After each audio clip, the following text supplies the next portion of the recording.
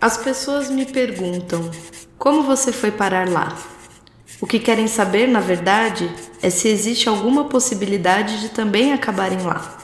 Não sei responder a verdadeira pergunta. Só posso dizer: é fácil. E assim começa Garota Interrompida, de Susana Kaysen. Eu sou Gabi Ideali. Eu sou Andréia de Oliveira. E este é o Livros em Cartaz.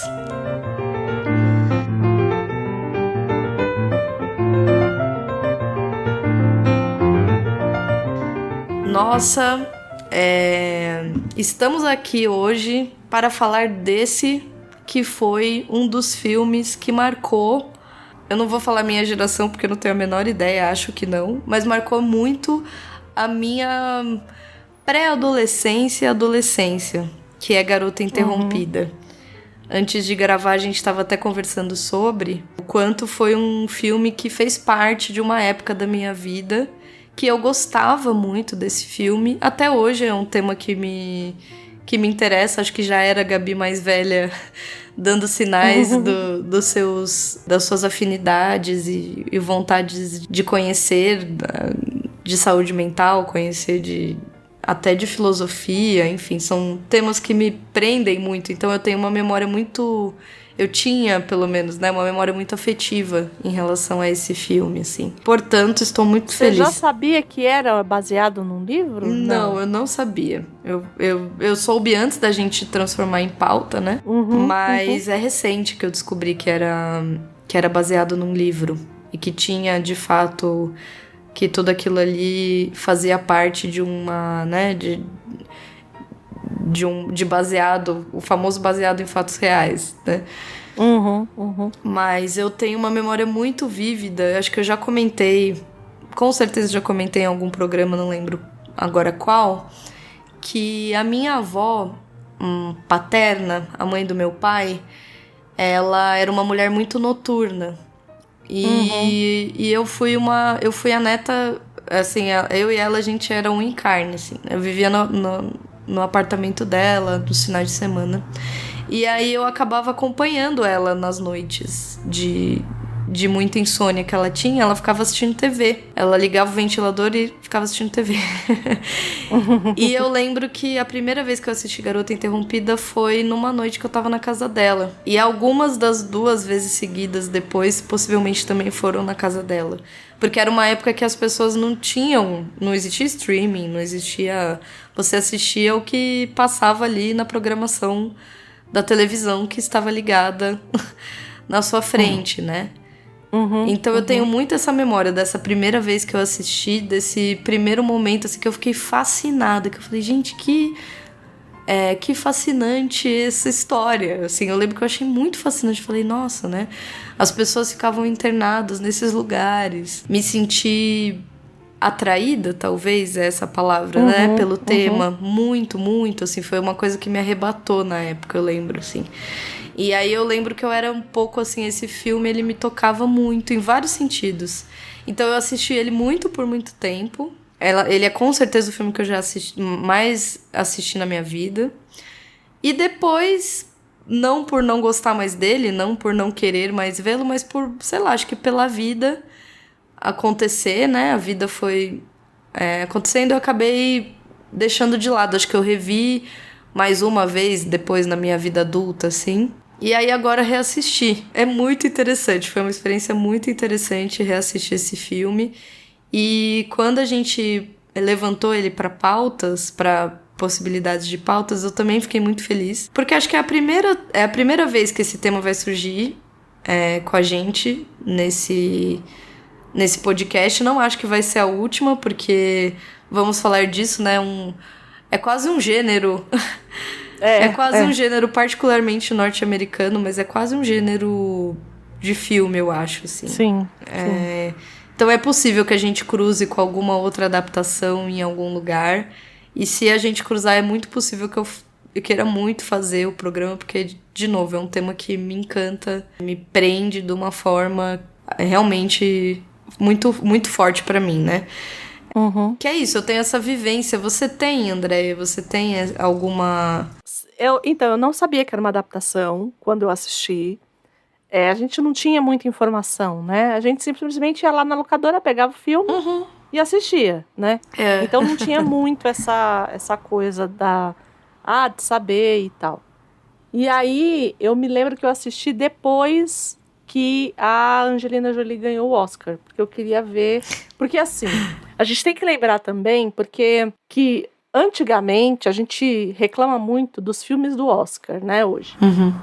Porque os filmes do Oscar, hoje em dia, demoram para chegar. Amigo, antigamente mas demorava muito mais, entendeu? Não tinha esse negócio de estreia mundial, isso não existia. Então, as coisas, elas demoravam para chegar aqui. E você você trouxe à tona uma memória incrível, que é a coisa da locadora mesmo. Isso.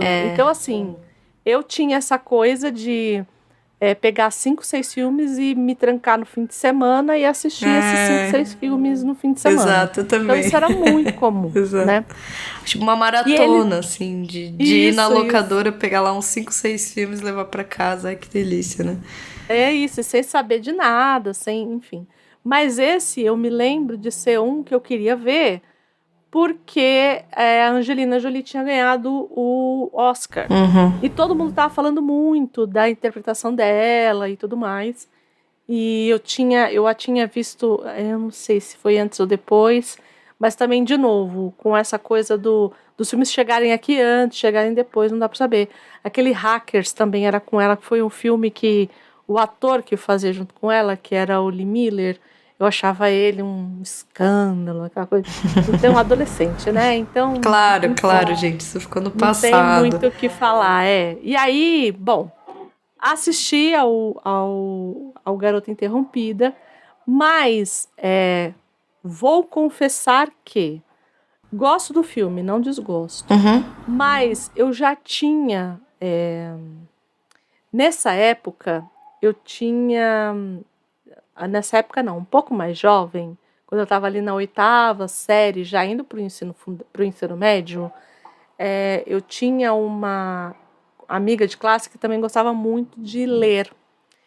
E ela estava lendo um livro chamado Christiane F., drogada, e prostituída. Aos 13 anos, drogada e prostituída. Isso, um clássico também, né? O livro, era.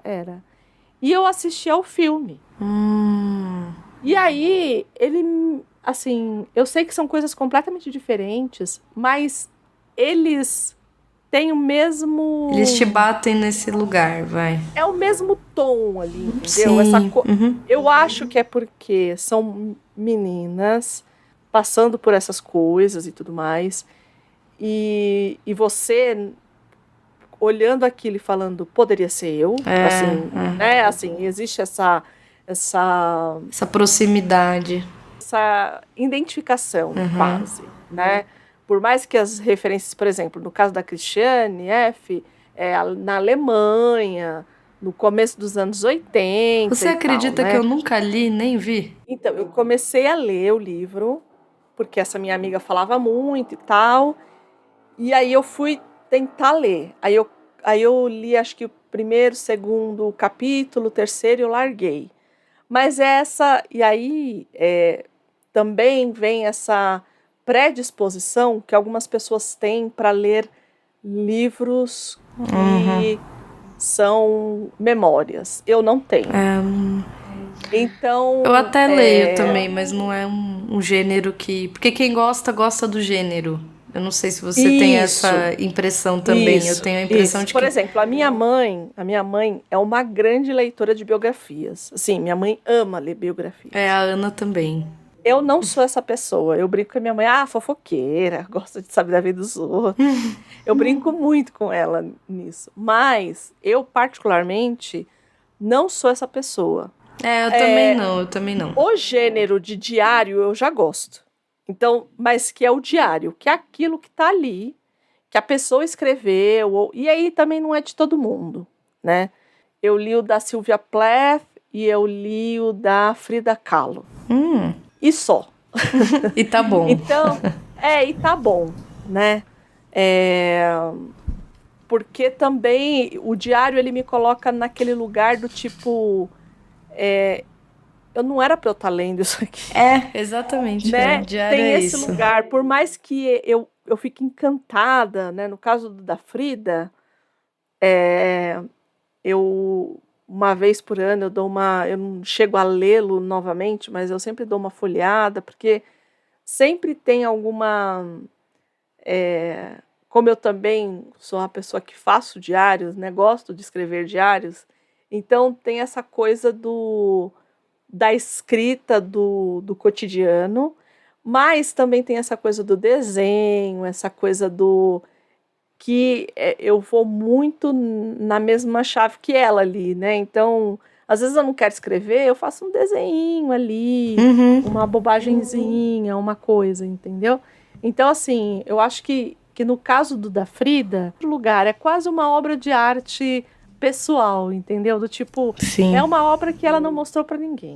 Era dela e ela queria ali com ela, ou o método criativo dela. Então, é mais nesse lugar para mim. Entendi. E a Sylvia Plath foi mais uma... Eu li A Redoma de Vidro, e A Redoma de Vidro, para mim, já pareceu muito um diário. E eu falei, não, eu preciso ler. E assim, me pareceu que a narradora da Redoma de Vidro era a Sylvia Plath mesmo. E depois que eu li o diário, ficou mais latente isso para mim. Entendi. Foi mais por conta dessas curiosidades. Mas assim, o filme, ele te toca nesse lugar, então. Essa coisa tem alguma coisa assim, baseada em fatos, para mim vai ser muito complexo. Primeiro Entendi. que vai ser complexo... Tem a ver com o gênero, você acha? Essa coisa do... o baseado em fatos, para mim, ele tem dois aspectos. Ele tem o aspecto do... Eu sei que vai ser um recorte, que não vai ser bem em fatos. E o segundo não quero. Eu quero ficção. Se fosse para ter realidade, eu não assistia, não, entendeu? Então, entendi. Então, o meu grande problema é A Lista de Schindler. É um filme maravilhoso, mas é um filme baseado em fatos. Então, eu tenho um problema... Por que eu amo tanto... semana passada... há umas semanas atrás saiu o programa sobre Amadeus, né? Sobre o filme. Por que eu amo tanto esse filme? Porque ele é uma biografia, mas ele é uma biografia ficcionalizada. E ele se coloca como uma biografia ficcionalizada. Olha, a gente usou aqui o Mozart, o Salieri, a gente usou todo esse povo aqui, mas tudo como personagem. Mas o tema também te pega? Pega. Para além do gênero, o tema também te... Porque eu entendo essa... por isso que eu tava falando. Pra mim, eu acho que já tinha a ver com a Gabi que eu sou hoje, que é médica, que gosta, que estuda determinada área, né? Eu acho que fala um pouco desse lugar, desse fascínio que até hoje eu tenho por uma área específica. Mas que eu imagino que é evidente, né? Não é todo mundo que gosta, não é todo mundo que... e é denso, é um tema que é muito denso, independente da forma, da maneira com que é representado, contado, eu acho denso, né? Eu confesso que de todas as leituras que a gente teve, em termos de... eu quero largar essa leitura agora, acho que foi a única. Assim, foi a única. Foi, do tipo... eu tive que sair completamente da minha zona de conforto. Assim, eu entendo, mas é denso mesmo. Mas eu tive acho que sair de um jeito que, assim, chegava uma hora que eu falava, pra que eu fui inventar? Eu imaginei, sabia? Que eu conheço o André já há um tempo, então eu imaginei. Quando eu tava lendo, eu pensei, nossa, eu queria ser uma mosquinha. Pra ver o mosquitinho da dengue. O mosquitinho da dengue que tá na moda. Pra ver a Andréia lendo esse livro agora. E outra coisa, né? Assim, ele não é um livro longo. Ele é curto. Ele é super curto, mas assim... por exemplo... Parecia que tinha 600 páginas. O Morro dos Ventos Vivantes. O Morro dos Vivantes, ele tinha mais 600?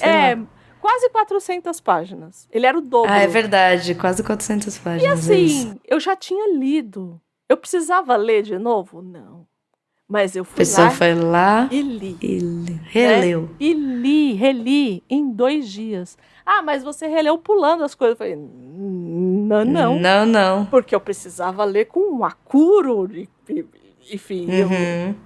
Esse daqui, mas ele... Olha, mas demorou. Gente, olha, eu acho... eu acho que você que ouviu esse programa até o final. Porque, olha, foi um sacrifício. Se existe um sacrifício a ser feito por esse programa, foi a leitura desse... E não foi é que a leitura desse livro.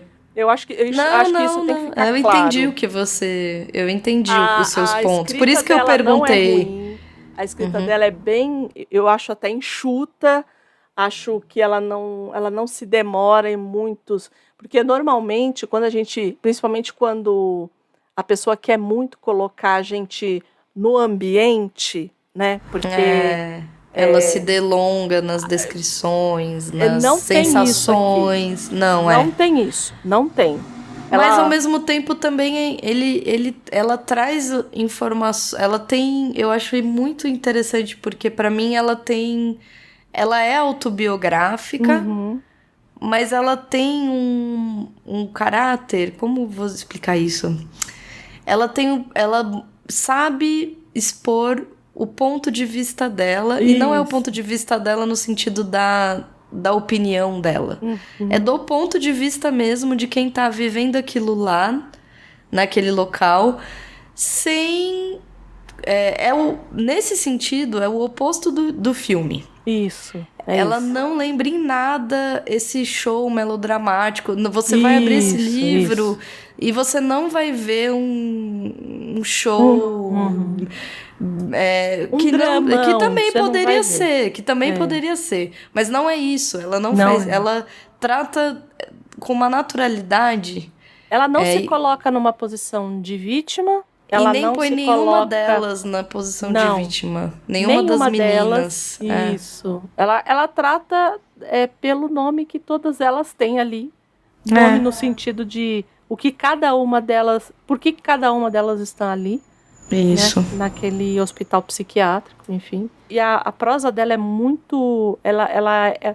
Como eu tô falando, uma pessoa normal, que não sou eu, vai ler de forma... Porque é fluido, a prosa dela é muito fluida. É que pra mim... Eu não acho, eu acho que pra muita gente não deve ser, Andréia. Será? Porque eu achei muito tranquilo de ler, mesmo. Ele tranquilo de ler, mas não é... Eu não acho que tem a ver com a forma de ser ou não tranquilo. Eu acho que é o tema mesmo. Porque eu acho que o tema, ele é denso. Acho que de todos os programas que a gente fez até hoje, se a Gabi falasse assim, vamos fazer outra coisa. Ela na hora desistir, toparia. Mas assim, eu não ia pensar... Eu estaria terminando o livro. Eu não pensaria meia vez em largar o livro. De forma nenhuma. Já não tem essa dificuldade, né? Já não tenho. Se eu não gosto, se eu estou lendo e eu não gosto do livro, eu não tenho pudor nenhum em largá-lo. Assim, de verdade. Tenho pouco tempo de vida e quero ler muita coisa. Então... eu sei que, assim, é um tema que, independente da forma com que seja abordado, é denso. Mesmo tecnicamente abordado é denso, eu acho, sempre acho, assim. Se você vai ler um prontuário, é denso, entendeu? Então, eu acho, tá? É uma opinião bem pessoal mesmo, mas... por isso que eu quis saber o que você... como é que foi pra você. Inclusive, né? Tem, Ela, inclusive, ela vai colocando ali esses elementos também, né? Diferente dos outros programas, eu acho que aqui, para falar um pouco da nossa autora de hoje, o livro, ele é publicado em 93. Então, ele já é um livro publicado na década de 90, assim como o filme, que 6 anos depois estreia, né? Ela, Susanna Kaysen, não sei se é assim que pronuncia, ela nasceu em Massachusetts. Em 1948. E assim, os dados biográficos dela que a gente encontra por aí são diretos também, até porque ela, sim, é escritora, mas o que dá o boom mesmo para o que é a fase de fato conhecida, pelo menos fora dos Estados Unidos, eu não sei se dentro isso muda, né?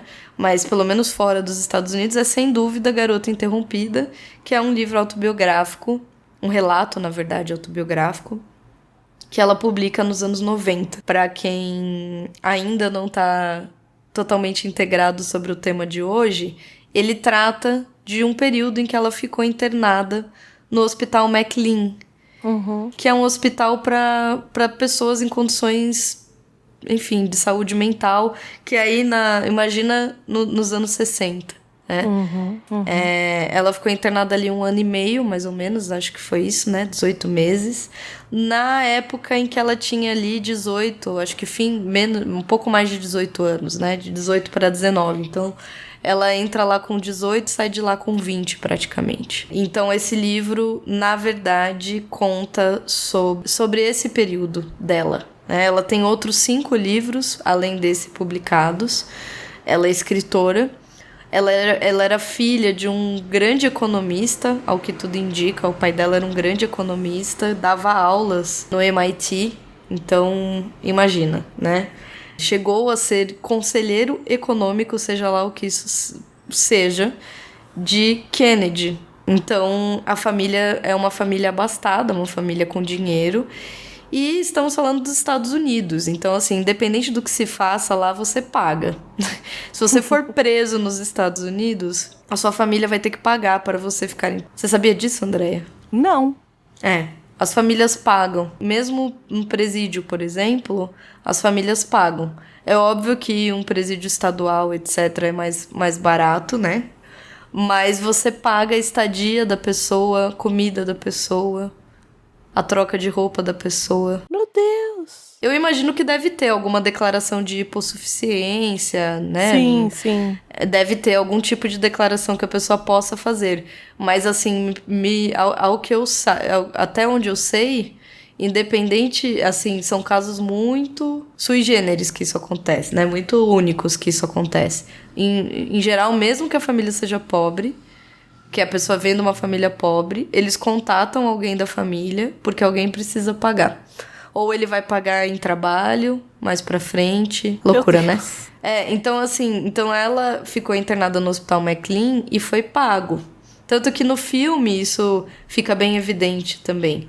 Que em alguns momentos, eu acho que a personagem da Whoopi Goldberg, que é a enfermeira, a gente já vai chegar lá, tem uma hora que ela diz assim, isso aqui é o paraíso, eu trabalho com isso há 20 anos, sei lá. E esse lugar aqui é um paraíso. Por quê? Porque era um hospital relativamente pra gente que tinha dinheiro pra pagar, né? Pagar bem, né? Então, apesar dela ter ficado internada num hospital psiquiátrico, vamos dizer assim, ela pagou pra estar ali. A família paga pra ela permanecer, ser tratada, paga os medicamentos, paga tudo.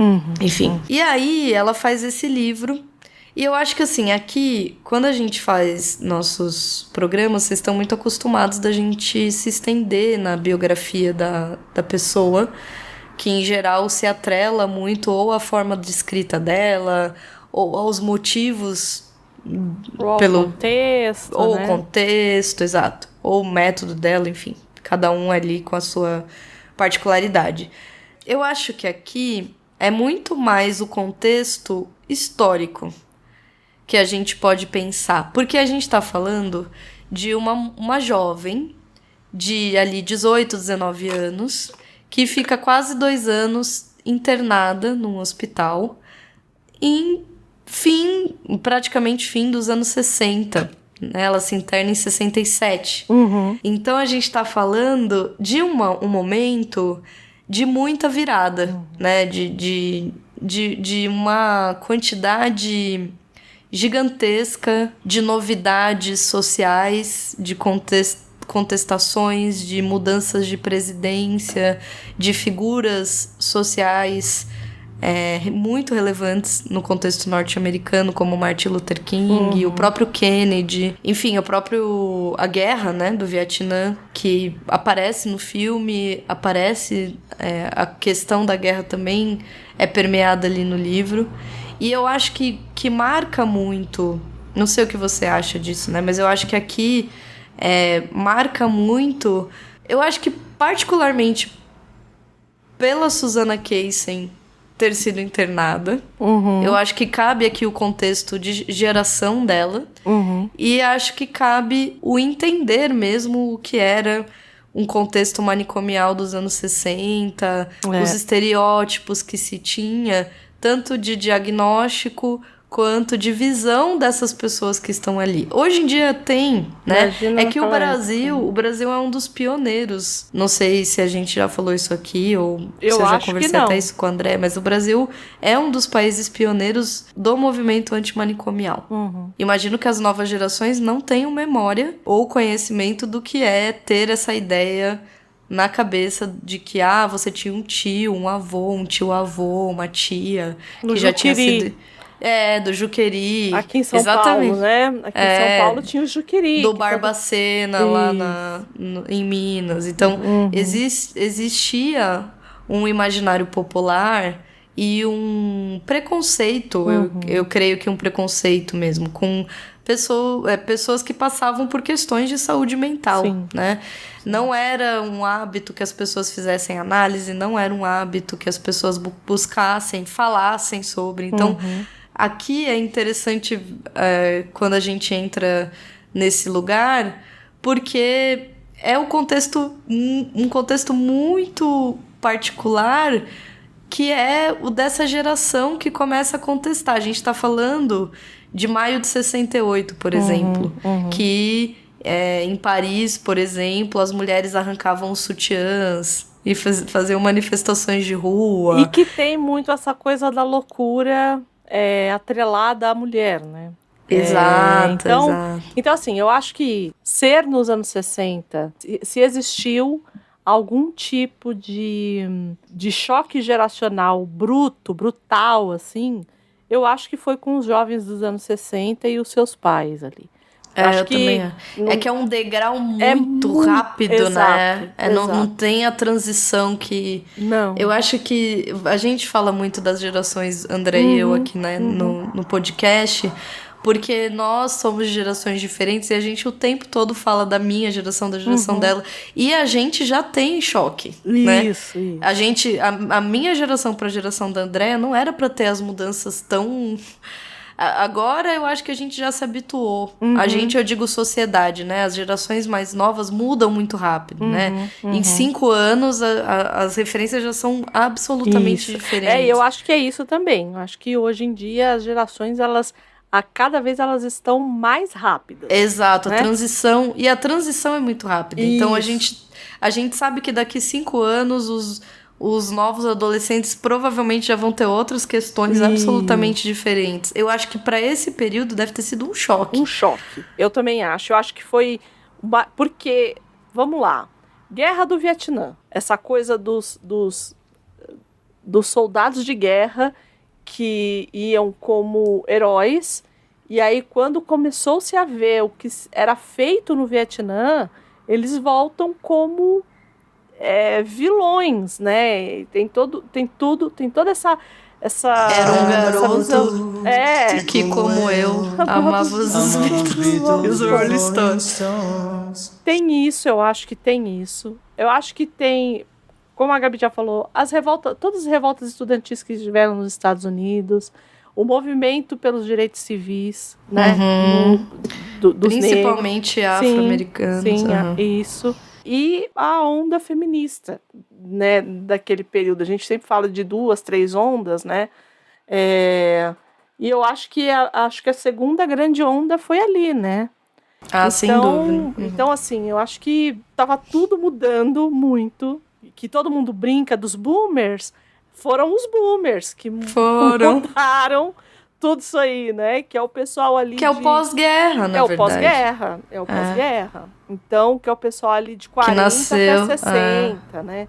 E aí, quando você tem esse choque, e naquele momento ali, que era tudo muito conservador, era tudo muito diferente, se você não age como a sociedade quer que você é louco. Porque é isso no final das contas. É o histórico, já é o histórico de qualquer tipo de leitura que você vai ver hoje sobre movimento manicomial. É isso. Isso historicamente existem esses lugares de segregação que trabalharam durante muito tempo como segregação e como elementos, eu acho que educativos sociais, né? Você manda para esses lugares os párias, as párias, você não tá muitas das vezes. Para se tratar, você tá mandando para sair da sua vista. Exato. Né? É o que o pessoal brinca. Eu tinha um professor, professor de História da Arte, quando eu fiz jornalismo, chamava Joviniano. E aí, toda vez que eu penso nessa coisa da elite que quer mostrar e não sei o quê, e aí ele falava assim, e aí tinha o Toulouse-Lautrec, que a mãe jogava dentro do armário. É isso, entendeu? Do tipo, no caso do Toulouse, ele encontrou um outro reduto, né? Ele encontrou um outro reduto. Mas são esses redutos, no fim. E no caso dele não era psiquiátrico, não era uma doença mental, não era nada disso. Ele, nesse caso dele, ele hoje seria o que a gente chama de PCD, né? Assim, isso. É isso. No caso dele era. Mas tinha também, né? Essa espécie de... essas pessoas, de algum modo, viveriam à margem social. Em algum lugar, elas não estariam no centro. É isso. E aí, como você não segrega racialmente, nesse caso, você segrega por outros motivos. Então... Quando a gente vai pegar, por exemplo, a literatura, vamos dizer assim, a escrita sobre essas questões, são sempre extremamente, eu acho, super interessantes. Porque você vai pensar sobre a sociedade por um viés muito frágil, assim. Porque você está falando de saúde, mas você também está falando do que nós estamos falando agora, de segregar pessoas e de... mulheres, porque aqui é isso, né? Ela é uma jovem de classe média alta que tá vivendo essa grande novidade. Ela é total da geração baby boomer, né? E que tá aprendendo a lidar, eu acho que com ela mesma e com esse novo mundo, e ela mesma nesse novo mundo, com questões que ela não quer pensar naquele momento, enfim... Eu acho que para quem olha hoje, pleno 2024, para esse tipo de olhar, você percebe o quão ele é datado, né? O quanto ele faz parte de uma série de camadas que hoje em dia a gente foi contestando.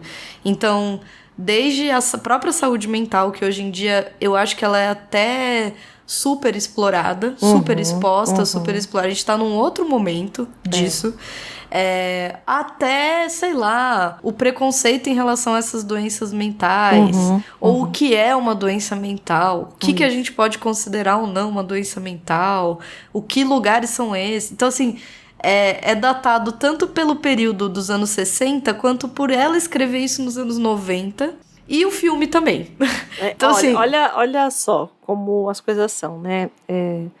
Eu quero voltar um pouquinho na fala do que a Gabi falou. Hoje estamos expondo muito. Tem sido muito comum, acho que do ano 2000 para cá, o descobrimento, o fortalecimento, a sedimentação dos diagnósticos de doenças do aparelho psíquico, né? Então, sim, algumas pessoas já devem ter percebido que eu não sou uma pessoa muito comum. Eu, como boa formada em filosofia, já falaria o que é. O que é comum. Mas, o que é comum. Né? O que é padrão, né? Não sou uma pessoa considerada padrão. E aí, é muito comum, as pessoas chegarem para mim e falarem assim, por exemplo, eu, Andréia, a Gabi me conhece, sabe... Já sei até o que você vai falar. Uma pessoa focada, né? Eu já tive diagnóstico feito por pessoas de TDAH, por exemplo. Eu já tive... porque a minha cabeça e nananã, e eu já tive diagnóstico de autismo recentemente. já viraram pra mim e falaram assim, não, André, eu acho que você tem o espectro autista. Então é mesmo, desenvolva. E aí... Me explica. Me explica, assim, é como se eu fosse Você que me conhece criança tão bem, né? de 3 anos de idade. E a pessoa, assim, nunca passou uma tarde comigo, tá? Você... Gabi. Ai, Andréia do Juro céu. por Deus, assim. Então, as pessoas, por conta... quando você tem uma personalidade, como direi, um pouco divergente do padrão. Sim, bom, nós duas não estamos aqui à toa, você sabe disso. Eu acho que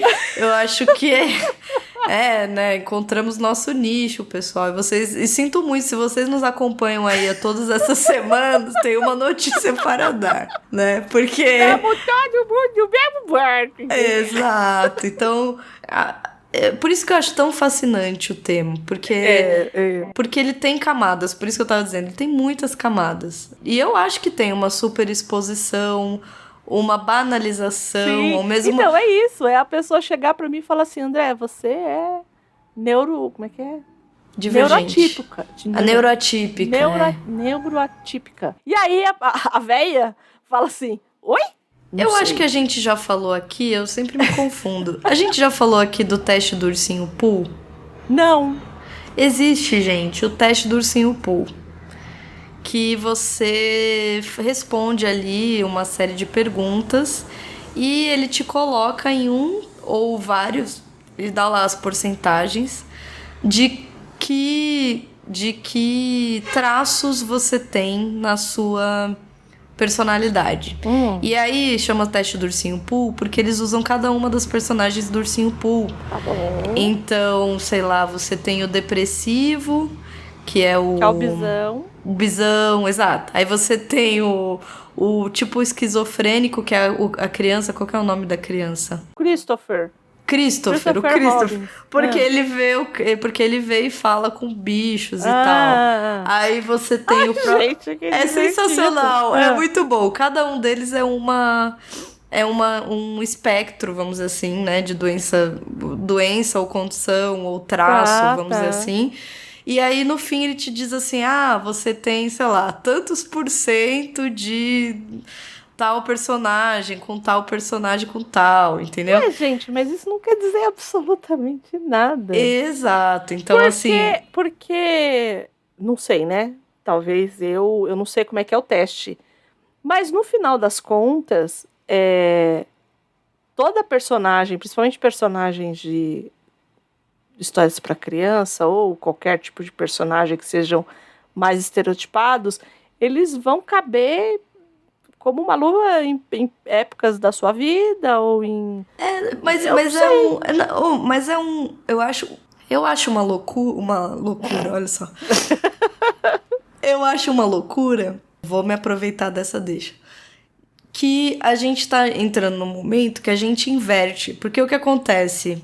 Num primeiro momento, a gente tem uma instituição do que é a normalidade. E todo mundo que sai desse padrão, que é o que você tá me dizendo do seu relato, certo? Sim. Que todo mundo que sai desse padrão que dito, entre aspas, o normal. Isso. Você coloca essa pessoa em alguma caixinha. Isso.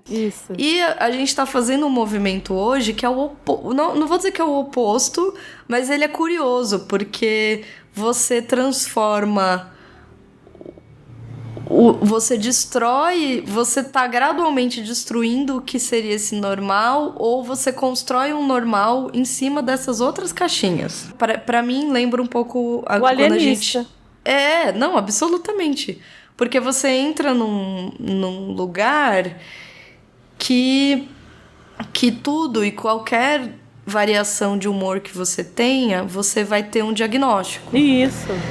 E a partir do momento que tudo é um diagnóstico, na verdade... né? Exato. Na verdade, a gente tá invertendo, sei lá, livros e mais livros, entendeu? Tem de Foucault até Machado de Assis falando disso, que é a caixinha do normal. Mas eu também acho curioso que, assim, eu acho que se eu fosse um homem, isso não aconteceria. É muito que você não começou falando de Christiane F.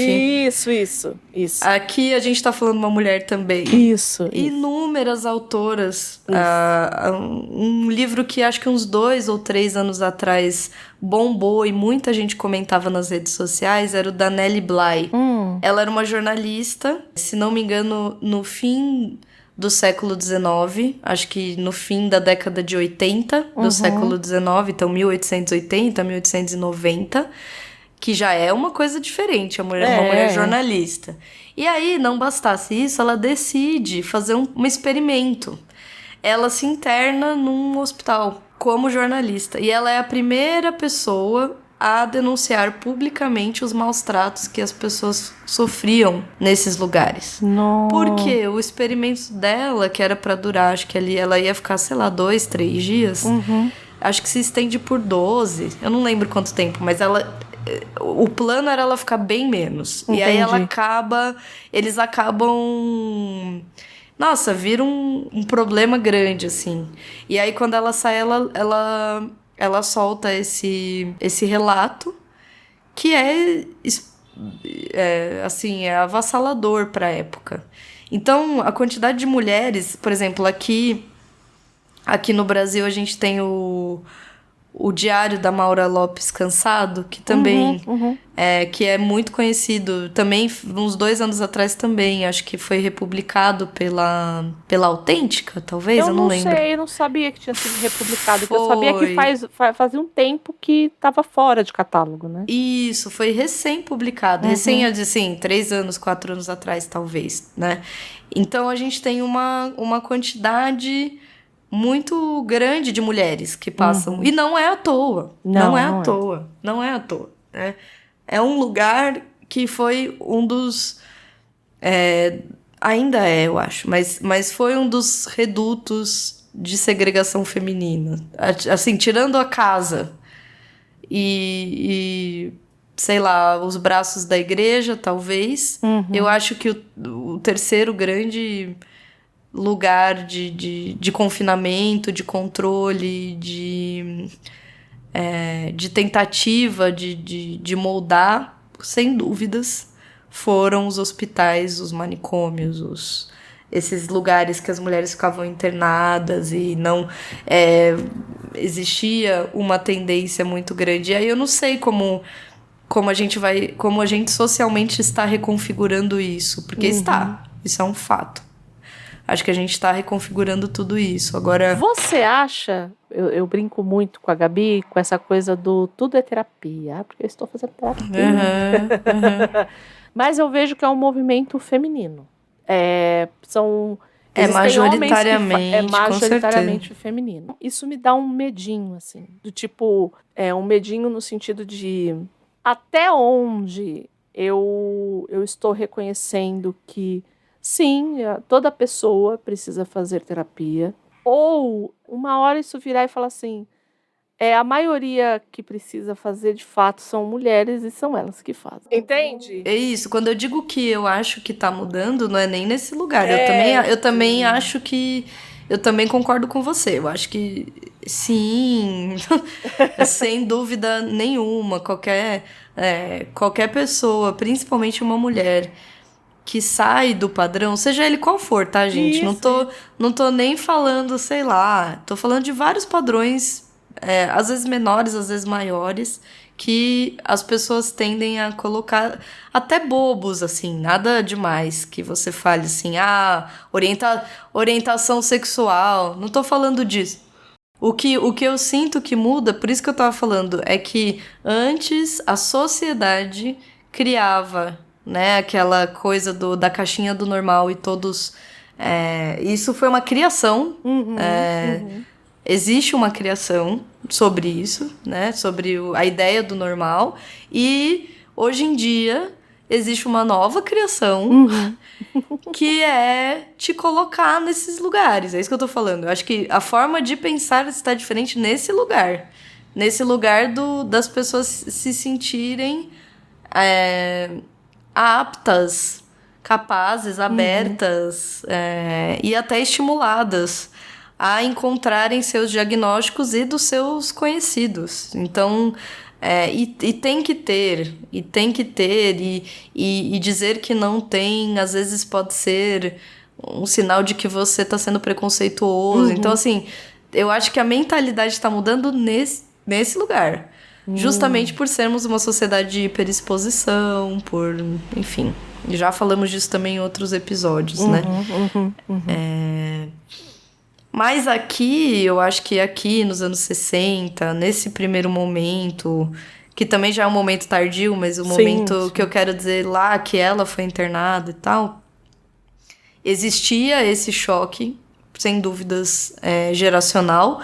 E eu acho que depois, quando ela escreve lá nos anos 90, também tem... E também já não é a mesma mentalidade dos anos 60, mas ainda a gente percebe, e fica muito nítido isso, pelo filme. O quanto existe uma ideia do que é doença mental, uma ideia sobre essas pessoas que estão ali e... enfim...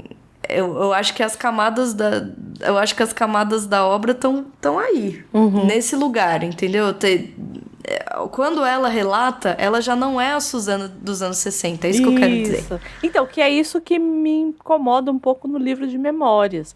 Que incomoda, é isso que eu tô falando, porque você percebe que é primeiro que não é ela dos anos 60. Isso. E segundo que é ela dos anos 90, né? Então, não é um diário.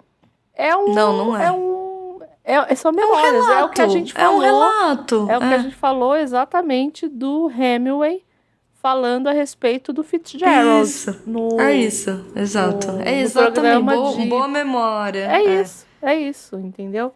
Tipo, eu tô no falando... Paris é uma festa, né? Em Paris é uma festa. É exatamente isso, é a memória do que eu tenho daquilo. Que, assim, em última instância, pode até ser levado como ficção, né? Porque a pessoa vai contar do jeito que ela lembra. E às vezes a nossa lembrança não é assim tão... E a nossa lembrança, ela é sempre... Ela nunca... Né?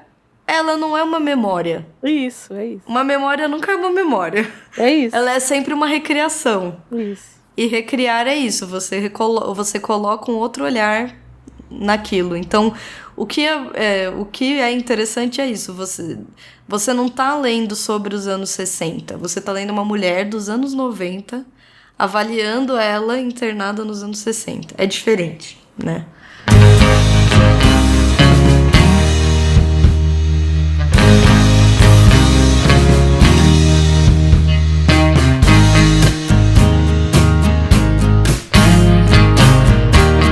Eu acho que algo relevante, a começar pelo título, que é Garota Interrompida. O título, no filme, não fica evidente porque que esse é o título. Ela faz uma menção, mas muito superficial e quase poética, né? Enquanto que no livro, ela deixa claro, porque o que acontece com a Suzana lá dos anos 60?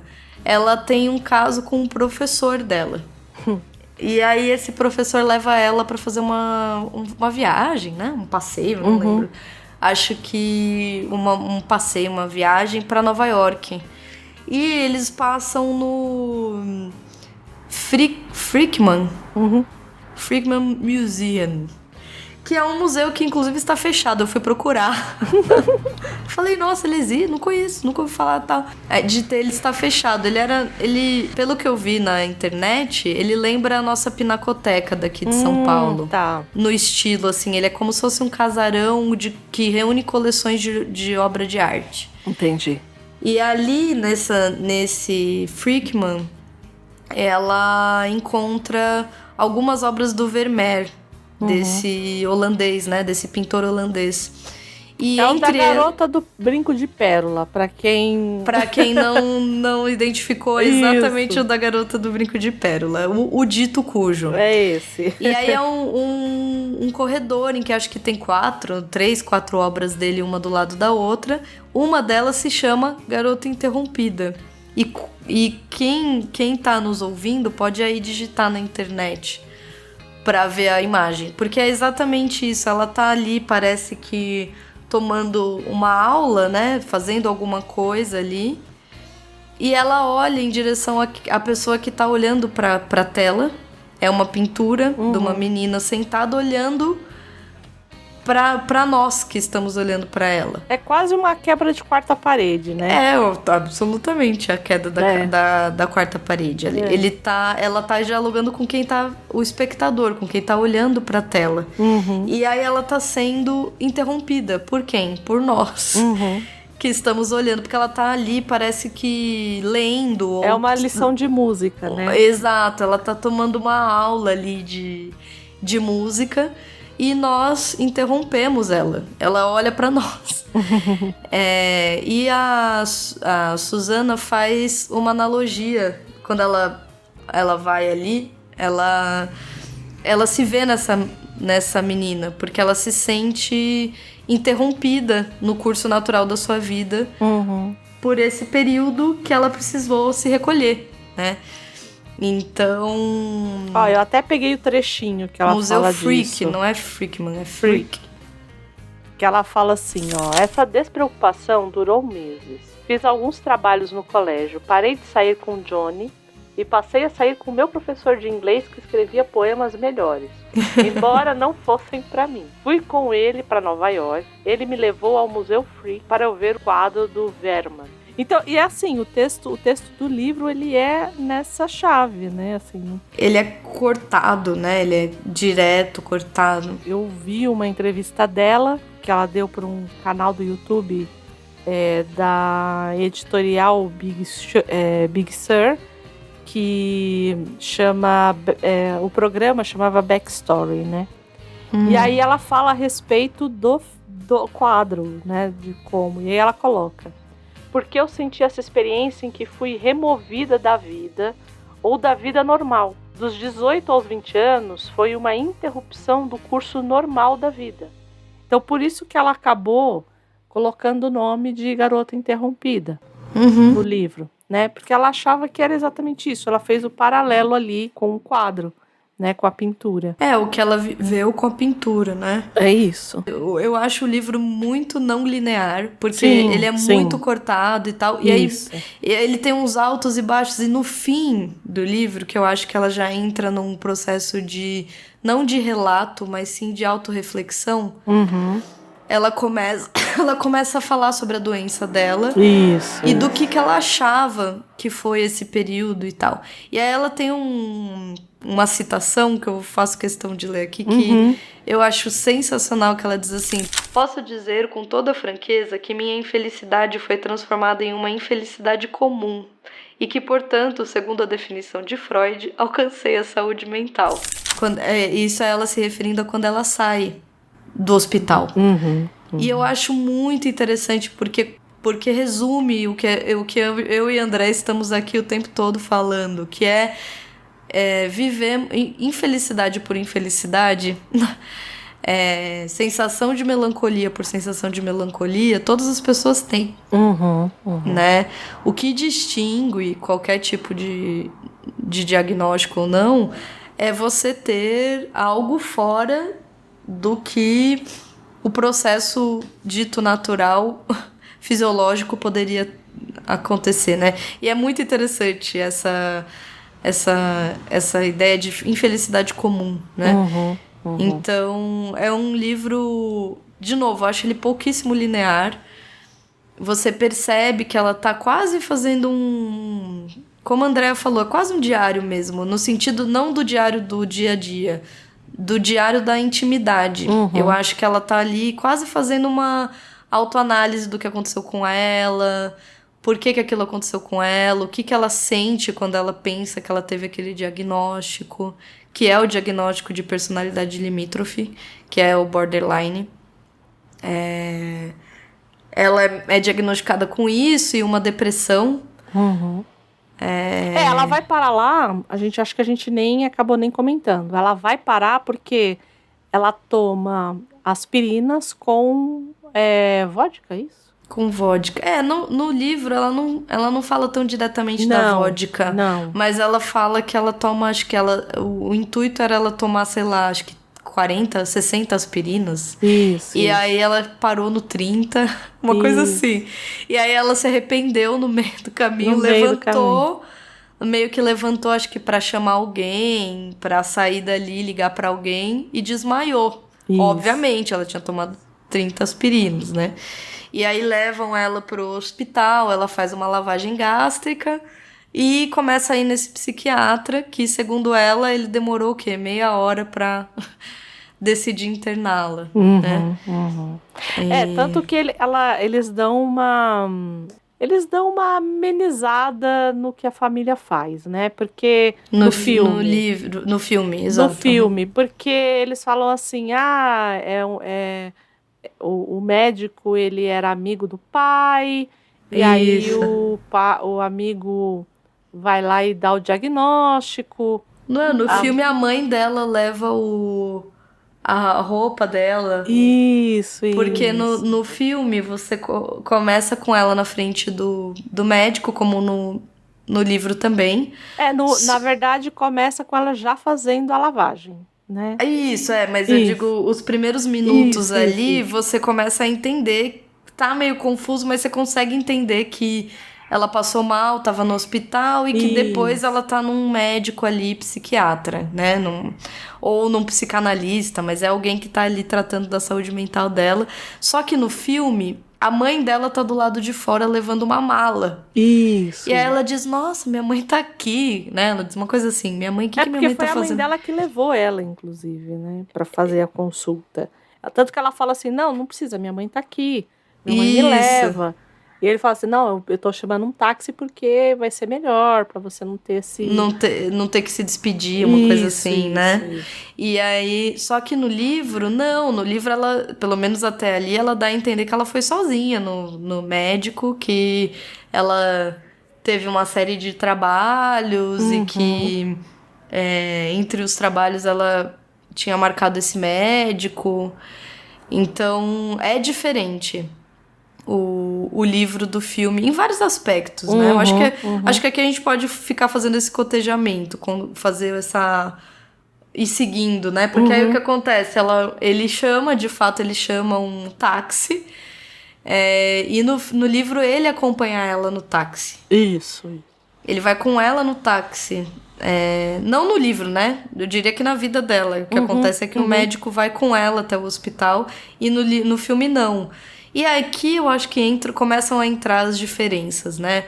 O filme, ele tem várias diferenças. O filme tem uma série de diferenças do livro. Sim. Mas pra mim o que marca são... Não sei o que você acha. Pra mim o que marca são 2 elementos. O primeiro, mais forte... é que o filme quer ser muito dramático, assim, a carga dramática do filme é uma coisa que você fala... beira ao melodrama, né? Absoluto. Em alguns momentos é o melodrama total. Toda vez que a gente vai ver, pelo menos quando vai tratar da Polly, né? Que é uma das personagens ali que a gente já vai falar dela, entra muito no melodrama, né? Muito. Então... eu acho que tem uma carga melodramática muito forte. E não precisava. Eu acho que é uma história que não precisava. É uma história que você poderia ter feito tudo que foi feito sem essa carga, né? A história em si, ela já é tensa. É isso que eu quero dizer. Porque isso pra mim é um ponto. Então, a carga do drama que o filme tenta excessivamente trazer pra história... E o preconceito do filme, que tem uma série, assim, a gente poderia fazer assim, uma lista de coisas que a gente vai falar aqui, que eu acho que são preconceitos, em relação tanto à ideia de saúde mental, quanto à própria Susana, as personagens... Os próprios profissionais. Existe uma espécie de paródia ali, eu acho, também, desses profissionais de saúde mental, como se todos eles estivessem ali numa espécie de experimento muito grande, todos juntos, né? Isso. Então, acho que são os 2 pontos que são mais gritantes pra mim. E o que é muito louco, né? Porque você tem nomes como a Whoopi Goldberg, né? Winona você tem Ryder. a Winona, ok, mas você tem a Vanessa Redgrave fazendo a grande médica lá, entendeu? Tipo, eu não me lembrava da Vanessa Redgrave. Eu também não. Eu também não. What? Exato, eu também. A própria Elizabeth Moss. Que hora que eu vi, né? A Elizabeth Moss. O Elizabeth Jared Moss. Leto, gente. Não é. Jared Leto. Tem uma galera que eu tenho... um parênteses aqui. Eu tenho uma impressão que essa galera... Olha, desculpa, gente. Pode ser pura ignorância minha, mas me dá a impressão que a Elizabeth Moss nasceu, foi lá, fez esse filme. Aí pulou-se um período gigantesco. E aí ela reapareceu agora, entendeu? O Jared Leto, idem. Tipo, onde tava esse pessoal, gente? Mas o Jared Leto, pra além disso, o Jared Leto está igual. Isso! Ele é o mesmo! Como pode isso? O Jared Leto, ele tá igual. A Elizabeth Moss também, gente, é muito parecida também. Mas é que ele tá mais, né? Não, ele tá hoje. Você vê ele de barba, é ele hoje. É ele hoje. Tipo, tem uma parte lá... E aí tem um outro cara lá que possivelmente você não vai saber quem é. Eu sei porque eu sou fã de Supernatural. Tem uma hora no filme que elas fogem. Isso. A Susana, que é a Winona Ryder, e a Lisa, que é a Angelina Jolie. Angelina Jolie. E aí tem um drogadinho lá. Tem um drogadinho. Que tá conversando com a Winona Ryder. Ali é o Misha Collins. Você sabe quem é o Misha Collins? Não. É o Castiel do Supernatural. E aí eu olhei aqui eu tive a mesmíssima impressão assistindo o filme. Eu falei, gente, quanta gente... Que é isso? Eu não lembrava. A introdução do programa foi toda eu falando do quanto esse filme me marcou e tal. E eu não tinha memória de várias coisas. Eu falei, gente... Eu lembrava da Winona, evidentemente, da Angelina Jolie, lembrava da Whoopi, enfim... Mas assim, Vanessa Redgrave, a hora que ela apareceu, eu fiquei tipo... Eu fiquei em choque. Eu também. Em choque. Eu também. Fiquei muito em choque. Assim, eu falei, gente... Como assim? Aí, já que a gente tá falando das personagens, acho que vale a gente... Quando ela entra no hospital, quem ela acaba vendo ali, né? Quais são as personagens que vão meio que... ficar ali com ela, né? Fazer parte desse hall de pessoas que estão ali com ela, né? Então, assim, a Susana, como a gente falou no filme, até para vocês fazerem a ligação, é a Liz, é a Winona, né? A Susana, que é a pessoa que escreveu o livro e tudo mais. Aí tem a Lisa. A Lisa é a Angelina Jolie. Isso. Que, depois a gente vai falar um pouco mais a respeito dela, mas que, assim, no livro, ela tem desfecho muito diferente do filme. Ela tem... ela uma característica também, ela não é a do filme. Não é a do filme. Mas a gente, mais pra frente, a gente fala um pouquinho disso. Ela tem um jeito rebelde, mas não chega nem perto de ser o que é no filme, eu acho. Assim. Isso, né? A gente vai chegar lá. Aí vai ter uma outra Lisa que vai chegar, mas que logo depois vai embora. Isso. No livro, né? Tem a Polly. A Polly, que é a Elizabeth Moss no filme, que colocou fogo nela mesma. Que aí começa, por exemplo, é uma personagem que poderia ter sido super explorada. Porque no livro ela tem muito mais... Você tem muito mais informação sobre a Polly. E ela diz, tipo, a Polly era uma das pessoas mais doces que eu já conheci. Isso. E a Elizabeth Moss tá muito bem nesse papel de Polly. Tá, porque na verdade a impressão que a gente tem é que ela parou ali nos 7 anos. Isso, que ela é bem graciosa, bem delicada, bem infantil mesmo. Isso, ela tá com próteses, né? A gente vê por conta da queimadura. Da queimadura, exato. Mas a gente percebe que ela parou ali aos 7 anos, ali depois que ela fez isso consigo, né? E sim, de fato, eu acho que podia ter sido muito melhor aproveitada, né? Inclusive se quisesse ter uma carga dramática, poderia ter feito algo bem interessante com essa personagem. E a atriz aguentaria uma carga dramática dessa, entendeu? Aí vem o preconceito, por exemplo, da coisa só da beleza. Isso. Mas ela é uma personagem que no filme fica vinculada apenas à questão da beleza, né? Isso. Então, tanto que no filme, quando ela tá com a Susana tá com o namorado, e aí ela meio que olha do tipo, eu não vou ter isso, né? É sempre a coisa do o que eu fiz com o meu rosto e tudo mais, né? Então... sempre que tem não tem isso. no livro. Que não tem. Até tem de leve, ela até chega um momento que ela faz esse tipo de reflexão, do tipo, nossa, ela machucou o corpo, como é que isso vai ser quando ela sair daqui? Ela tem uma reflexão nesse lugar, mas assim, não dá a entender que a Polly tinha essa questão, assim, era muito mais... quando ela reflete sobre isso, era muito mais do lugar do tipo, nossa, ela teve coragem de colocar fogo no corpo. Porque ela fica o tempo todo, gente, eu não aguentei tomar aspirina, entendeu? Tem uma hora que ela diz isso, do tipo, eu não me mataria, porque eu não conseguiria me matar. Isso. Que é diferente no filme também, que ela fala assim, o tempo inteiro eu penso em me matar. O tempo inteiro. Quando você pensa nisso uma vez, você sempre pensa como seria, como você faria, como... Isso, E aí coloca essa mulher nesse lugar, e aí o namorado dela, que pode ser sorteado pra ir pra guerra, coloca ele num outro lugar do tipo, você não tem que se preocupar com isso, você tá tentando tirar a sua vida, e no meu caso estão tentando tirar a minha vida. Então, é muito complexo. Muito. O filme ele é montado numa chave muito complexa. O filme é muito datado. Muito datado. Muito datado. E sabe um outro... Aquelas coisas a falar dos defeitos do filme. Outra coisa que eu acho que poderiam ter feito melhor, apesar de terem dado vários indícios, assim, eu assisti o filme e reparei que eles tentam dar indícios da época. Eu achei ele mal ambientado. Eu também. Você assiste, você não olha e fala anos 60. Não fala nunca, entendeu? Ele parece ter sido feito nos anos 90. Ele parece que tá. Não parece que tá. É um filme dos anos 90. Eu acho que ele foi um filme barato. Pode ser.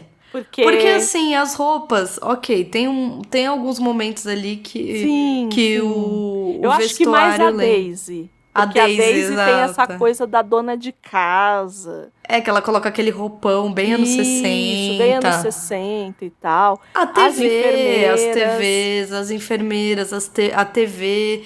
Eles colocam uma placa do Kennedy bem no consultório do médico. Isso. Então eles tentam dar uma datada pra você entender que estão falando ali dos anos 60. Mas ele não... A direção de arte desse filme pecou miseravelmente. Nossa, eu achei miseravelmente mesmo. O vestuário, né? O figurino pecou miseravelmente. Nossa, sim. Eu achei muito A maquiagem também. Sim. A própria Angelina Jolie, gente. Parece que ela tá nos anos 90 com aquela roupa. Sim. Ela tá com umas calças jeans rasgadas. Você fica tipo, gente, anos 60, sabe? Eu queria pelo menos uma boca-sino aí, entendeu? Exato. Assim, pra começar. Não, né? E aquele loiro... o loiro dela que é um anos loiro... 90. Desbotado, né? Que é totalmente um loiro dos anos 90, assim. Isso. Né? Então, nitidamente, assim, pecaram miseravelmente em ambientar nos anos 60. E aí você fala assim, mas é difícil, Cara, não tem coisa ali que não era tão de... Por exemplo, não precisava colocar a Angelina Jolie loira com calça jeans rasgada, entendeu? Não precisava. Concorda? Não precisava. Tipo, você não precisa colocar ela num vestido se você não quiser, tá bom. Não, gente. Todo mundo assistiu Anos Incríveis. Você assistiu Anos Incríveis? Sim. Então, tinha aquela irmã do Kevin Arnold. Ela tinha que ser...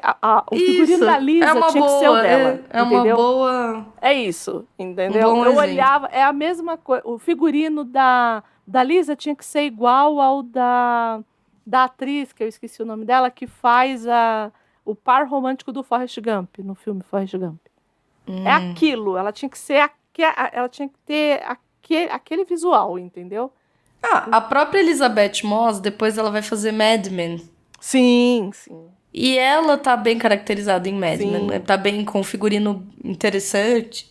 Ela que ela tá num figurino já de jovem adulta. Mad Men, né? Mas é isso que eu quero dizer. Você olha e fala, beleza, é os anos 60. Você olha e fala, isso aqui é anos 60, entendeu? Isso. Então, assim, não sei se também não foi uma escolha deliberada, mas, assim, nítida, você assiste... Pra aproximar, você acha, do público? Talvez. Pode ser. Tipo, a Angelina Jolie é algo muito gritante do filme, assim. Em tudo, né? Em tudo, chegaremos lá, inclusive. Chegaremos lá. Estávamos na Daisy, estávamos na Polly. Na Polly, e aí a gente vai pra Daisy, né? Que pra mim, de todas, eu acho que é a que mais me causa asco, assim. Eu também. Tanto no filme quanto no livro. Né? Eu acho que no filme ela é uma personagem que me causa asco. E ao mesmo tempo me incomoda a forma que ela foi representada. Isso, pra mim também. Apesar de eu adorar a atriz. A atriz é excelente, né? Faleceu, né? Faleceu. Sim. Infelizmente, depois né? Que tem até o documentário, né? Isso. Mas ela é excelente. Ela tá excelente no papel, assim. Isso, ela tá muito bem. Mas é incômodo demais, assim. Pra dizer o mínimo, né? Sim.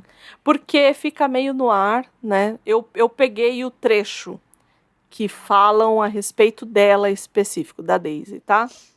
Vou ler aqui, tá, gente? O pai, porém, queria ficar o máximo possível, pois era apaixonado pela filha. Ele não consegue acreditar que foi ele quem a gerou, explicou Lisa. Quer trepar com ela para se certificar de que ela existe. Mas ela fede, protestou Polly. De fato, Daisy cheirava a galinha e merda. Ela nem sempre fedeu, disse Lisa. Para mim, Lisa tinha razão. Eu já percebera que Daisy era seca. Apesar de feder, amarrar a cara, sibilar e desferir cotoveladas, tinha uma centelha que nos faltava. Costumava usar shorts e camisetas cavadas para exibir as pernas e os braços alvos e rijos. De manhã, quando ia buscar seu laxante, saía rebolando pelo corredor, descrevendo semicírculos com o traseiro. Por que eu quis trazer a descrição da Daisy aqui? Porque aí a gente vai entrar, eu acho que, das coisas mais datadas. Né? Exato. E tem muitas, né? Tem muitas. Existe isso aqui do livro, dessa coisa dela falar assim, olha, o pai dela quer transar com ela. Mas por que ele quer fazer isso? Aí dão a justificativa do tipo, todo mundo quer fazer, porque ela se propõe, ela se coloca nesse lugar. Isso. Então, ela se oferece. Ela se oferece. Colocam a Daisy quase como uma lolita. Aqui, isso. Né? Quase não, né? Como uma lolita. No filme, ela não é retratada assim. No filme, ela é retratada como... bem casta, né? Casta e, assim, como uma dona de casa, assim... Ela é o tiro certeiro para ser uma dona de casa. Tanto que no livro e no filme, ela é tirada do hospital e é levada para um apartamento pelo pai. O pai constrói um apartamento para ela. Isso.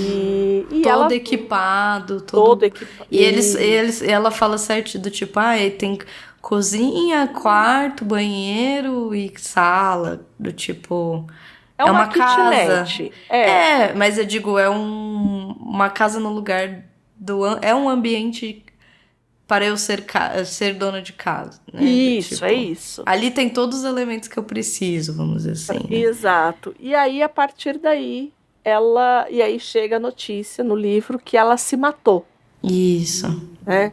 Então, assim... Que ela sai de lá e acho que uns 2 meses depois chega a notícia de que ela se matou. Que ela se matou. No filme, é uma fuga, né? A Lisa isso já é quase no fim do filme. Aqui é no começo do livro.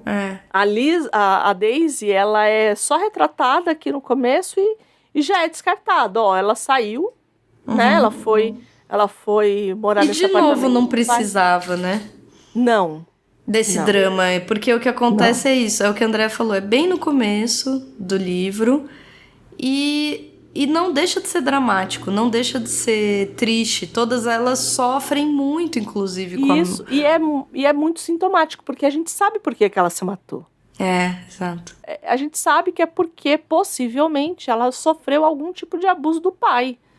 Assim, o livro não deixa claro, mas por toda a construção que ela vai fazendo, e ela vai falar... No final, ela não precisa falar. A gente já sabe por que ela se matou.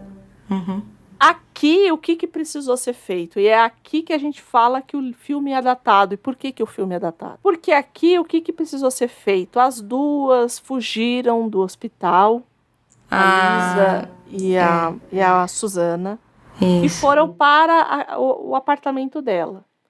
E a Lisa, ela é diagnosticada tanto no livro quanto no filme como sociopata. Isso. O que não é justo com ela, né? Na forma com que ela é retratada no livro, assim.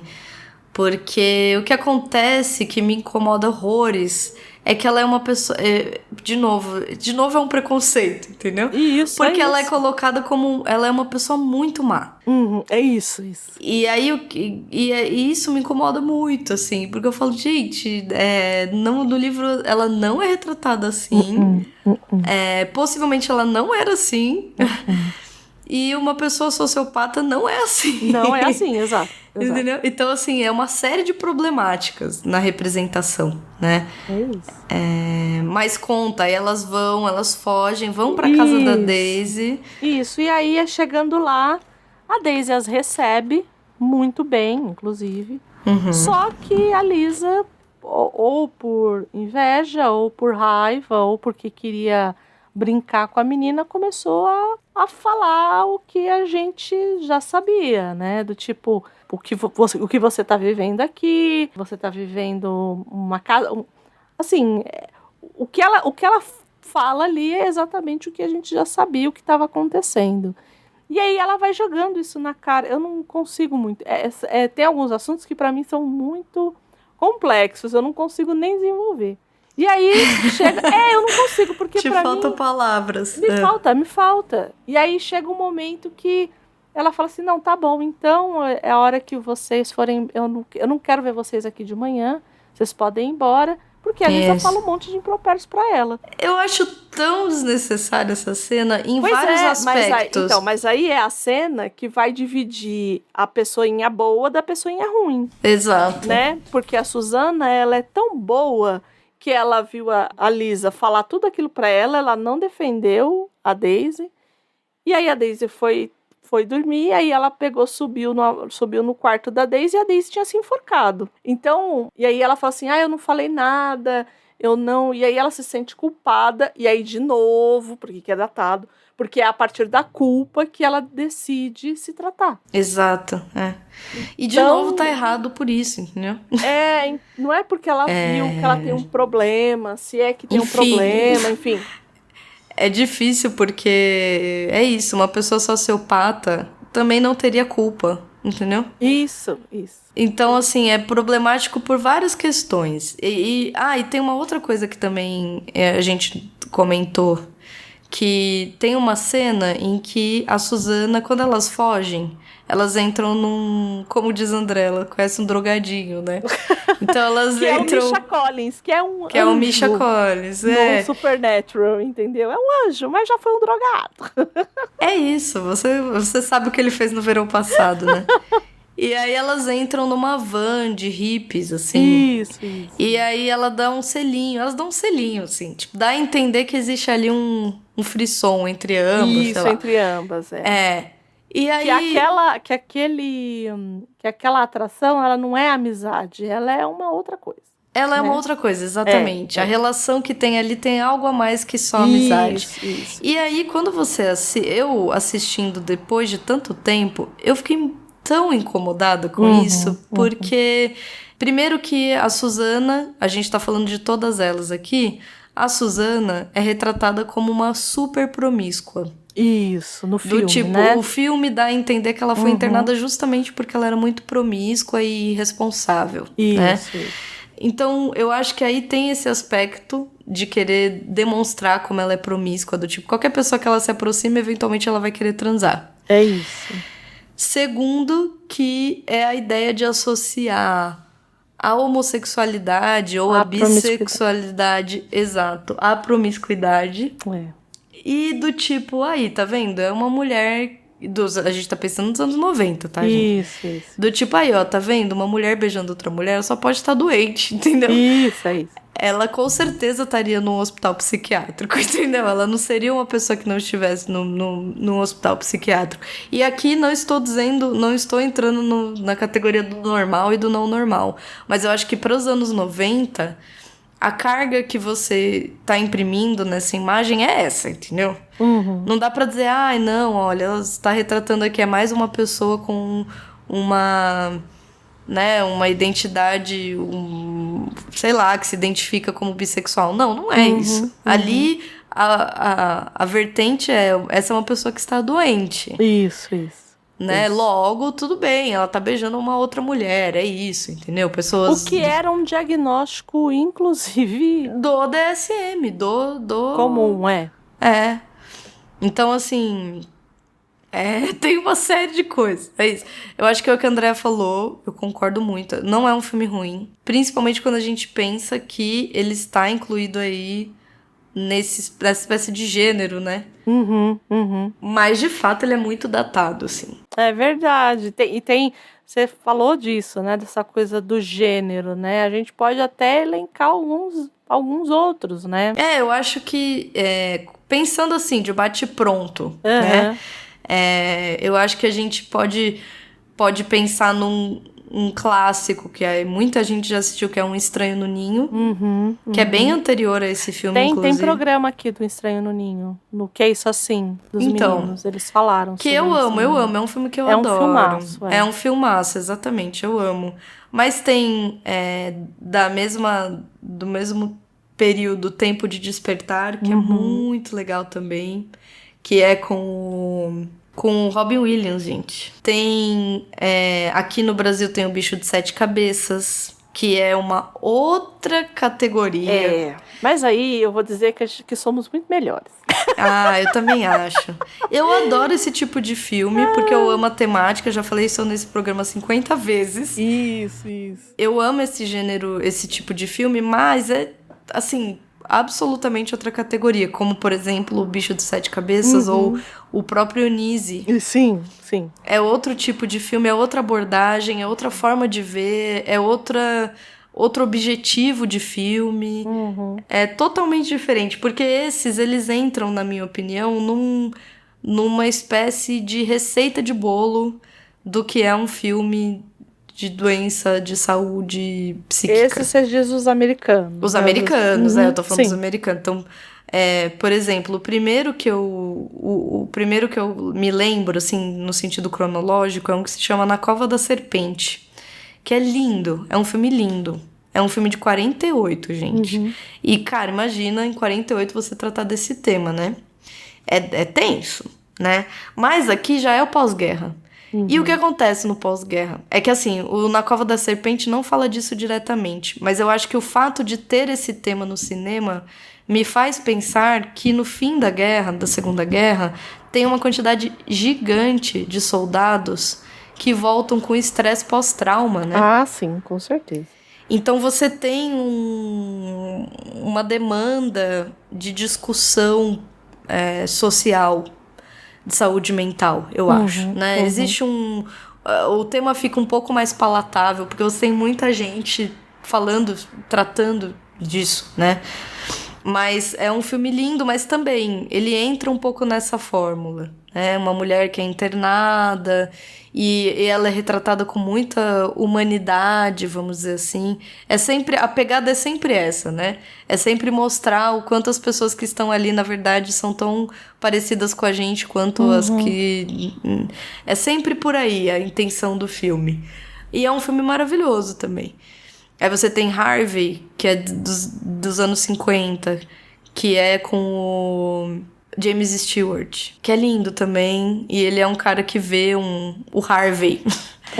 Ele vê, tipo, acho que é um urso, eu não lembro se era um urso, um coelho gigante, uma coisa assim, que é o amigo dele. Na verdade, ele tem um problema, né?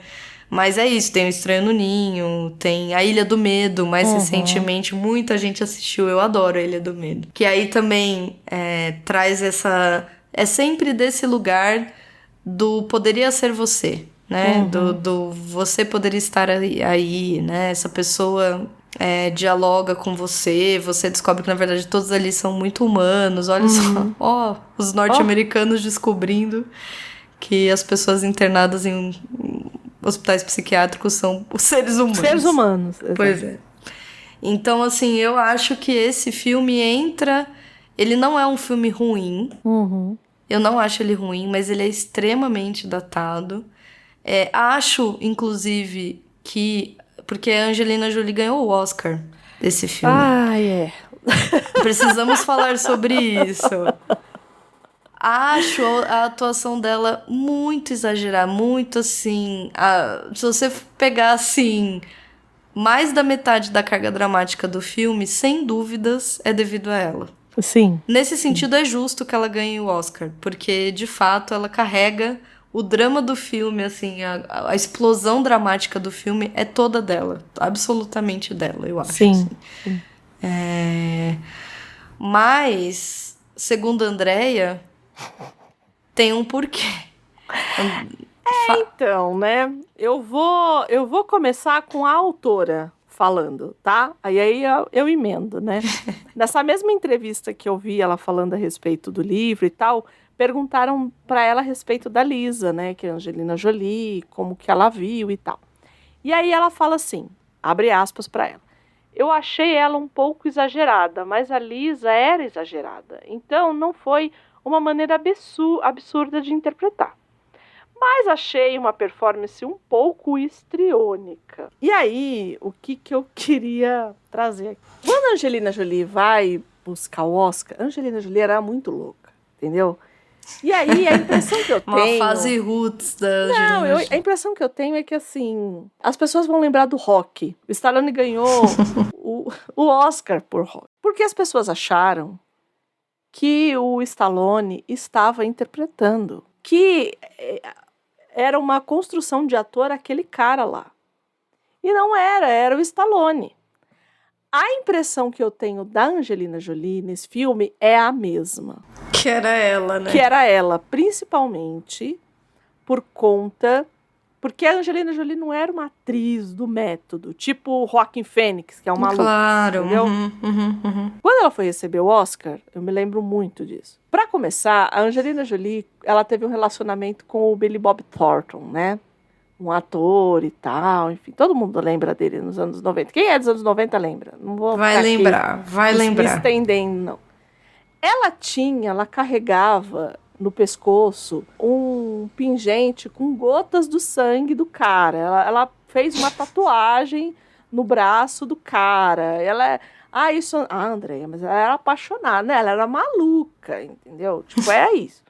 E aí, para além disso, quando ela vai receber o Oscar, assistam, é bizarro, assim. As entrevistas dela no Tapete Vermelho e tudo mais. Ela meio que insinua que ela tem um relacionamento incestuoso com o irmão. Então, assim, me parece que não é que naquele momento ali, ela era muito jovem, inclusive, e tal. Mas naquele momento ali, me parece que ela ganhou esse Oscar muito pelo mesmo erro que a academia tinha cometido lá em 70 com o Rock, entendeu? Foi muito porque eu achei que era uma interpretação, mas na real não era, não. Ela era uma atriz autoral, né? Como a gente brinca do Jack Nicholson. Acho que é isso, entendeu? Aqui. Eu acho que ela melhorou conforme o tempo foi passando, ela foi melhorando, foi amadurecendo e tal, mas não acho que ela é uma atriz, oh meu Deus, enfim, mas acredito que nesse caso específico aqui, acredito que na verdade tenha acontecido a mesma coisa que aconteceu na época do Rock, né? Que foi... Nossa, eu acho uma teoria excelente, porque de fato, assim, tem umas horas que eu assistindo o filme eu falava, ai, jura? Sabe quando você olha e fala, ai, não, faça isso, pare. Mas é isso, eu fico pensando que haveria outras formas de filmar esse filme. E aí, só para vocês entenderem como que era a Lisa, como ela é descrita no livro, né? Reconhecer Lisa na certa não seria difícil.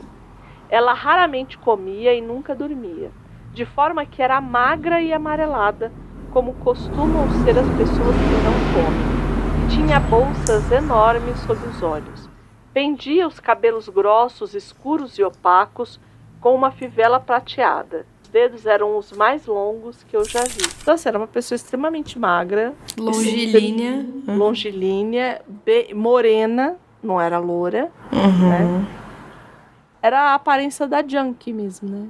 Da pessoa, quase daquela viciada em heroína, né? Isso, né? Bem Kate Moss. Não estou dizendo que a Kate Moss era viciada, veja bem. O que eu estou dizendo é que é um movimento que eu acho que está voltando, é aquela magreza da Kate Moss, que é essa magreza do usuário de cocaína, né? Que é aquela coisa magra e ossuda e, enfim... que é muito anos 90. É muito anos 90. E a Lisa no livro fugia com frequência. Isso. Aí ela uma das vezes que ela voltou muito silenciosa e isso preocupou as pessoas porque ela era muito falante e todo mundo ficou, meu Deus, será que aconteceu alguma coisa enquanto ela estava fora? E no fim não era, né? Era ela querendo... Ela tava pregando uma peça. né? Querendo pregar uma peça. Então assim, uma pessoa alegre... enfim... Todas as pessoas, as internas pareciam gostar dela, então ela era uma, né, ela era um ponto ali, né? Total. Então tem muito isso. E aí a gente vai encaminhando para o fim, até para a gente falar dos desfechos, né? Isso. Então, assim, a Daisy, assim como no livro, mas de forma menos melodramática também, se mata, comete suicídio. A Polly, acho que acaba permanecendo lá, não me lembro, acho que sim. Não, a Polly casa, né? Não, a Georgina casa. A Georgina casa. A Georgina casa. A Georgina a Polly casa. não. Isso, a Polly acho que se mantém lá, acho que se perdem, né, os contatos. Ela diz que ela se manteve... só com a Georgina. Isso que eu ia falar. Dividia o quarto com ela ali. No livro é a mais próxima dela. Isso. E depois que elas saem, elas continuam com contato. Eu acho muito engraçado que ela conta que ela vai na casa da Georgina depois. Eu falei, gente, que coisa esquisita, assim, que ela vai na casa da Georgina. A Georgina tem um cabrito, não é uma coisa assim? Aí ela faz a cabra dançar. Eu fiquei, gente... É muito louco. Muito bom. E a Lisa... Ela sai pra casar, né? A Susana, no final das contas... ela sai porque ela é pedida em casamento. Entendeu? É isso. E muito diferente das outras ali, ela sai, ela é pedida em casamento, aí depois ela percebe que esse casamento não vai pra lugar nenhum. Então, ela meio que... ali, ela tava meio na sanidade, como ela diz, né? Então, é isso. Na infelicidade comum. Né? A infelicidade comum. E aí, ela mantém esse contato com a Georgina, A Lisa, no filme, ali, ela deixa a Lisa ali catatônica, né? Assim, porque a Lisa, depois que elas foram para casa da Daisy, né? E a Daisy comete suicídio, ela volta, a Susana volta por livre e espontânea vontade, e a Lisa é encontrada, né? Porque a Lisa foge, né? Elas se separam naquele momento, e aí a Lisa é encontrada, e aí elas começam... Aí ela descobre que a Lisa tá indo e voltando, vai fazer 6 anos, né? Então, assim, que ela não tá lá há 3 semanas, há 2 meses, não. Ela tá lá há muito tempo e tal, e aí a Lisa fica com essa culpa, e ela tá lá dopada, toda amarrada, e encontra um esmalte, que ela gostava de esmalte para pintar a unha dela. Eu achei aquilo uma bobagem tremenda. Mas ela fica ali, a última vez que a gente vê a Lisa no filme, é ela deitada numa cama em estado catatônico, porque ela tá dopada, né? Assim, é isso, e toda amarrada. No livro, ela encontra com ela uma vez, né? Depois que ela sai. Isso, né? na rua. Na rua. No metrô. Com um menino, e ela faz questão de falar com um menino negro. Isso, faz questão de falar. Ela faz questão de falar, que é outra coisa, né? E aí ela fala assim, não, esse daqui é meu filho. A Lisa fala. Esse aqui é meu filho, mas e o pai? O pai, não sei. O pai a gente não tá falando dele, é uma coisa assim, ela diz, né? Ela vira pro menino e fala, a gente não tá falando dele. Ah, mas onde você tá? Não, tô morando numa casa. E me parece que, como ali, todo mundo ali, as famílias parece que são bastante abastadas e tudo mais. Me parece que quem tá subsidiando tudo aquilo ali é a avó do menino, logo a mãe dela, né? Isso. Então, e assim, ela tem uma casa no subúrbio, vive de uma forma, entre muitas aspas, comum, no padrão ali, com a criança. Mas imagina, nos anos 60, uma criança preta, então devia ser, assim... Chocante, né? Então ainda teve essa cereja aí no livro, né? Assim, que a gente estava acabando, eu não sei se em 60... ali eu acho que estava acabando a proibição de casamentos interraciais, né? Lá nos Estados Unidos, então... Nesse nível, né, a situação. Situação nesse nível lá. Eu sei disso, que é mais ou menos nesse período, por conta de Star Trek. Eu não sei se você sabe da história. A Tenente Uhura, que é feita por uma mulher preta, ela ia ter que beijar eu sei dessa história. Então... E aí, porque nunca tinha tido um beijo interracial, e aí rolou tipo um mega problema, porque o William Shatner forçou uma barra para ser ele, mesmo o interesse romântico sendo o Leonard Nimoy, que era o Spock, enfim. Tem todo um lance desse daí. Mas foi nesse período, é mais ou menos por isso que eu lembro ali, 60 e pouco, quase 70. Né? E o Kindred, que a gente também leu, que é um livro maravilhoso, né? O Laços de Sangue, que também fala bem disso, né? Desse período, né? E aí depois ela entra no metrô e some, e parece que nunca mais viu a Lisa, né? Então, são finais distintos, e mesmo aqueles que são parecidos, tem uma carga melodramática que o livro não traz, porque é um relato de vida real, né? Então, exato. Ele não traz, né? E assim, uma outra coisa que ele traz muito, que são os prontuários, né? Que também é curioso, porque no filme elas invadem a sala da diretora lá, né? Para lerem os prontuários delas, né, de uma das outras, né, e ela disse que ela ficou muitos anos, que ela teve que entrar na justiça, uma coisa assim, para ler, não foi? No livro, acho que teve um negócio assim. Então, também no filme ali, ela não tinha, assim, esse acesso todo ao prontuário dela e tal, né. E aí vem, né, mas então vocês falam, meteram pau no filme, meteram pau... falar do livro. Não falei nenhum. Não, eu amo que a gente meteu o pau no filme no fim. Tipo, não, é um filme bom. E não é ruim, de fato. E não é mesmo, eu concordo. Concordo. Mas é que fazendo... É que ele é muito incômodo, eu acho. Para o nosso olhar de hoje, ele não chega a ser escrachadamente... porque tem uns filmes que datam nesse lugar, né? Que você não consegue assistir, assim. Você fala, meu Deus, assim. Ele não chega a ser nesse ponto, mas ele nitidamente tem esse aspecto de... É que ele entra, e eu acho que pra mim é aí que pega... ele entra num lugar que é o mesmo lugar do... Como é que chama? Da cadeia, aquela série da cadeia das mulheres. Orange is the New Black. Isso, esse.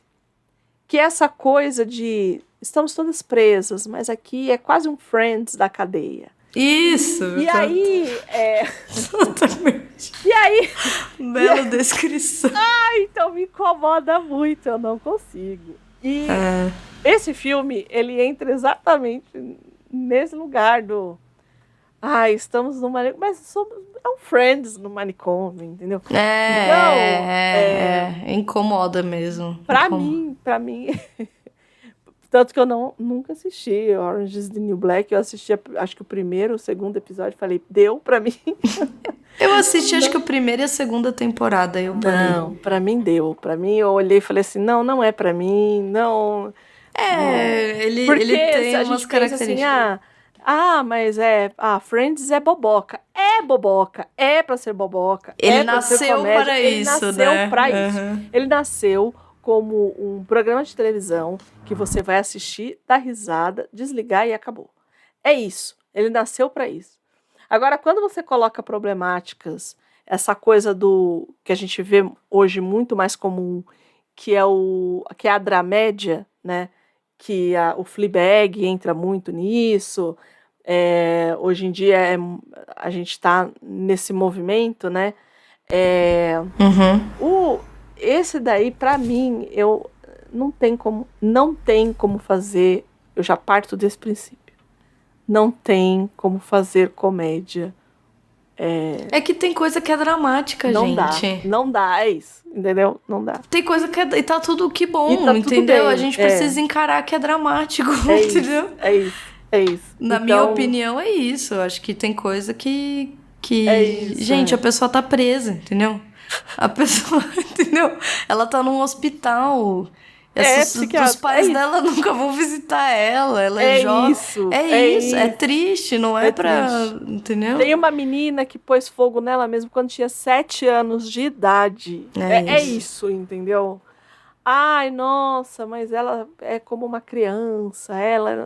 Eu sei de tudo, mas não dá, gente. Não dá. Concordo. Não dá, é um lugar que pra mim é muito tenso, esse nosso programa. Tenso. E é isso. E temos? Temos. Acho que, de novo, quem assistiu e não vê há muito tempo, faça esse exercício, reveja. E conta pra gente, porque é muito curioso rever um filme desses depois de tempos, assim, que a gente já tinha visto num outro período e tá revisitando, assim, pelo menos pra mim, não deixei de gostar, né, do filme, mas de fato tem muitos pontos a serem discutidos. Eu queria muito saber, queria muito que mais pessoas além de nós duas assistissem pra saber o que vocês acharam, porque é interessante, é uma experiência bem... E se puder ler, melhor, né? Se puder ler, ainda melhor. Sim. Mas só de reassistir já é um exercício muito interessante de ser feito, na minha opinião. E é isso. E se você quiser falar conosco, conversar, dizer assim, acho que vocês estão erradas. Como que elas podem entrar em contato com a gente, Gabi? Elas podem enviar um e-mail para contato@livrosemcartaz.com.br. Escreva. É um e-mail? Escreva. Outro dia eu vi um story que eu dei muita risada. Eu falei, gente, sou eu. Ela falou, era uma história assim, André. Eu acho que você vai... Talvez, não sei, você é da área de tecnologia, pode ser que não. Mas era assim, era um tweet, né? Aí tava escrito assim... Você sabe que você é millennial se você sabe que um verdadeiro e-mail sério não pode ser escrito pelo celular. É isso. Eu tenho esse entrave na minha vida. Se um dia eu escrever um e-mail longo... Eu discordo. Mas eu falei, gente, eu pensei que era só comigo. E não, né? Uma coisa de geração mesmo. Porque é isso. Se eu for escrever alguma coisa muito séria, seja de trabalho, alguma coisa, óbvio, de dia a dia não. Eu respondo muita coisa pelo celular. Mas se eu preciso, de fato, sentar, analisar, fazer uma descrição detalhada de alguma coisa, ou um e-mail pessoal, mas sério, eu preciso sentar no computador. Mas assim, se você é essa pessoa que gosta de escrever coisas sérias por e-mail, você manda um e-mail pra gente, contato@livrosemcartaz.com.br. Se você já é uma geração, ou você pode ser millennial também, mandar pode entrar no nosso Instagram, a gente aceita também os millennials que têm Instagram. Sim. Inclusive sou uma que tem Instagram. Opa!